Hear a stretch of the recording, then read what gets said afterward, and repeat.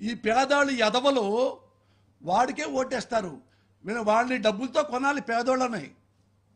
ఒక 5 ఇళ్ళని 2 లక్షలు 3 లక్షలు వాళ్ళ మొఖాన్ని కొట్టేస్తే మనకే ఓట్లేస్తారు. అంటే వాడికి ఎంత చీప్ ఒపీనియన్ అమ్మా పేదల పట్ల. ఈ పేదలకి నీతి లేదా? ఈ పేదలకి నిజాయితీ లేదా? నాడు నేడు ఇన్ని పథకాలు పొంది జగన్ గారు ఇస్తుంటే ఇన్ని పథకాలు పొందిన తర్వాత కూడా చంద్రబాబుకు ఓటేయాలా? లంచం ఇస్తాడా? అమ్మా వాడు ఎప్పుడన్నా మీరు కనపడితే వాడిని చెప్పుతో కొట్టండి అమ్మా. మా పేదాళ్ళను కొంటావురా రాస్కెల్ అనండి అమ్మా.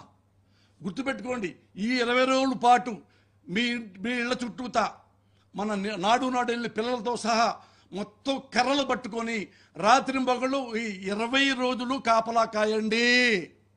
ఎవడకుండా వచ్చి డబ్బుల మూట తీసుకొస్తే కర్రలతో ఉతికి పారేసి చొక్కాలు పట్టుకొని పోలీస్ స్టేషన్లకు అప్పు చెప్పండి.